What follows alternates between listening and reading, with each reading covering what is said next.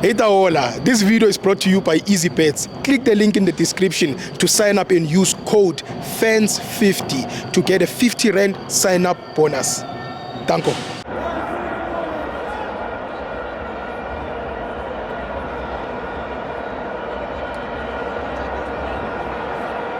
Welcome to Our Friends Wethu TV. This is the Betway Premiership. Mamelodi Sundowns 2, AmaZulu Zilch. Ngiphethe ubafo lana uthini lapho mfethu. Asanda.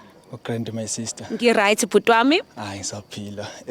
Angiqale nje ngokubongela iSundowns for ukwini imatch namhlanje. I think it's one of the games abalekile ukuthi if you are competing for the league wawine. Exactly. Especially if uyibheka iSundowns, they have mastered the art of winning a league, especially PSL. Coming from the years 7 years back, kunama years whereby bebe win the league, especially the year 2020 where Kaizer Chiefs almost win the league. You see ukuthi Mamelodi Sundowns that time they won the league, but they didn't get a guard of honor to say they have already won the league statistically. Yeah. But right now, if you see Mamelodi Sundowns is a team that just wins the league with so many games to be played. Yes. Do you get me? Yes.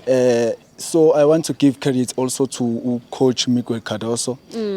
He's the coach who came in after the exit of Manqoba Mngqithi. He played 20 games, lost only 2. And others, it's draws and wins. Yeah. So that says a lot about the coach, Miguel Cardoso. I haven't talked about him since he arrived the Mamelodi Sundowns team. But today I just want to say, if ngibuka style of play sakadlala ngaso, it's very, very much interesting. Yeah. It is a style of play that doesn't require a lot of playing ball, but that requires a lot of box entries and getting goals. Do you get me? Yes. If you beg ukuthi their first half, it was not the quite good first half for them. If you beg ukuthi, if you beg ukuthi it was a structure from Otazwan. I think it started the game Golden Arrows ne Mamelodi Sundowns, whereby they were closing down spaces, especially in the midfield with Mamelodi Sundowns engakhona ukudlala. Exactly. I think that's the best thing ongayenza against this Mamelodi Sundowns team. They came in with a formation, a more defensive formation, but playing a more of a mid-block formation. For me, I saw them, they were playing 5 defenders, which was 3 centre-backs, then 2 full-backs who were actually playing as wing-backs. Then in the midfield, they were playing with 2 I can say defensive midfielders with Bongani Zungu and obviously Motsware,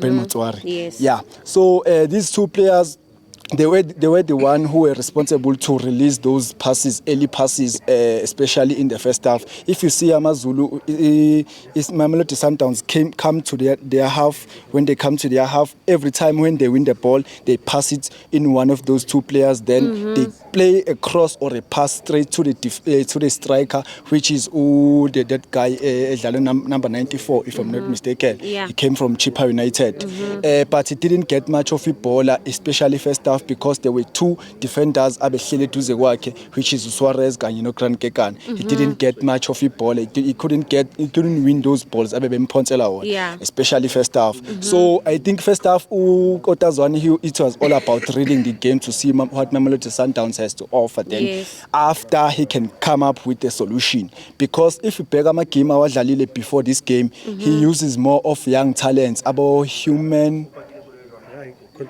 Okay, our human, bese kuba abo Muremi who started the game, then bese kuphinde kube uSithole.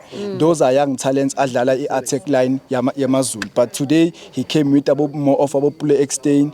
He came with abo, who's this guy? Ujusta was playing more of a wing back. Then he came with abo Hanamupu obedlala I left wing back.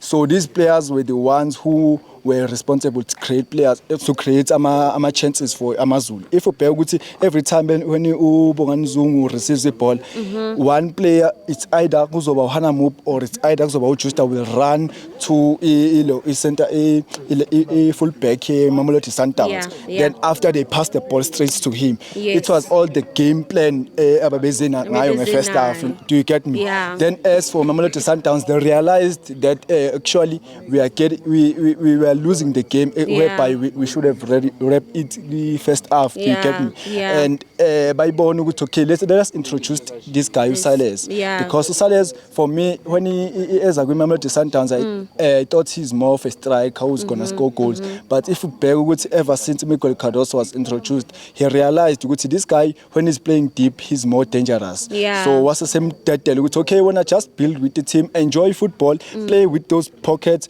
just like my spaces, receive a ball, pass. If you bear a net goal, it become from a mover, then the ball was played to Ribeiro on the side, and the time Ribeiro was dealing with that player, he was already in the box. So there's the kind of football and I think this kind of football Miguel Cardoso is playing right now is very, very, very dangerous. And I came to this game looking for Amazulu would say, okay, maybe this is a team that can stop Mamelodi Sundowns, because so far ever since Miguel Cardoso came to Mamelodi Sundowns, I haven't seen a team that showed okay, today Sundowns was really outplayed. Do you get me?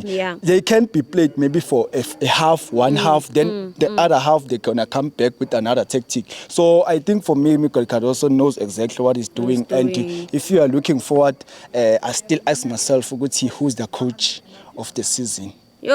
So sibuyele back to umdlalo ke. So yipi ubani be man of the match for you? For me, man of the match ngizoyinikeza yena uMgwena, because he was the one who was controlling everything in midfield, especially first half, second half. But ngizomnikeza sharp. Wena asanda kaDladla usupportani wena? Ikhosi. Oh, ikhosi. So nithembile kaDladla usineyithatha noma cha? Angiqale nje ngisho kanje lento. When you check mina ngikhuluma as a fan, le ekhuluma iqiniso. I'm an honest fan. When you check the Kaizer Chiefs structure, the whole structure, it's a structure that needs a project, maybe 5 to 10 years. If you bear with it, there are so many coaches who came to Kaizer Chiefs and they were fired due to the result that they didn't bring immediate results. So if Ufunugutunabi alerted that glory days, you have to give him his kati and sign him like maybe say 5 years and allow him to build, even if you like number 8, number 13, as long as you are giving him time to build a Kaizer Chiefs. And because this thing has taken more than 10 years, Kaizer Chiefs to the trophy. You can't just get a coach then immediately to say winner I'm a trophy. Get me? It's impossible. So for me, Asanda ngiyithatha nebank njaya. For me, if Nedbank iyathathwa ngishaya Sundowns there. Yeah, that's another. So ke wena njenge viewer kumuntu obuka le ibhola, on Sunday what do you think izokwenzakalani between Orlando Pirates and Sundowns? What is your thought? I think Mamelodi Sundowns will win this game. I think they play very well. Mabedlala lapha Soccer City, FNB Stadium. They are used to beat Kaizer Chiefs Leicester Stadium. I know Omunyo Zoti Kaizer Chiefs is not Orlando Pirates. Orlando Pirates is not Kaizer Chiefs. But that's the pitch they enjoy very, very much. If you bear with it, Loftus, Lucas, then FNB. The only way bebezo shaya ngayo othi ngasho bebezoshaya ngayo bebezozisa Sundowns khona umzima, it's esigodini isikamamenzela, but ke I see a win for Mamelodi Sundowns. Okay, so nje obulana ke wena ubusupportani namhlanje?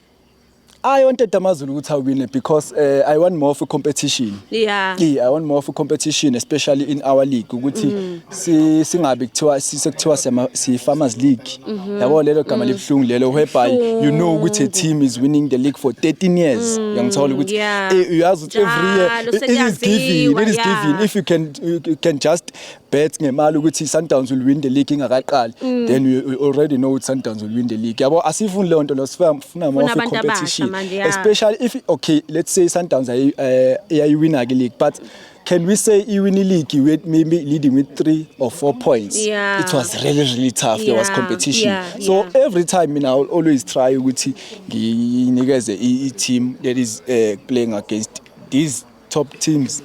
But my top teams. Lento isho uyishiso ngoba uyisabi ihlampi Sundowns. Awisabi. Awunavalo. Usho Ngisho currently. wena ukuthi lento oyikhulumayo ukhulumisa ngoba usabi Sundowns noma cha? It's very, very dangerous. Dangerous. Very, very dangerous. And you may say, vele, if you are talking as a fan, you have to have confidence. Yeah, ibalulekile. Yeah, ngeshaya Sundowns. But mina, I'm someone who looks it in a analyst manner. Yeah. Sundowns is very, very dangerous at the moment. At the moment. Yes, my sister. All the time kahle kahle. Ufuna ukusho njalo. Ngiyadlala.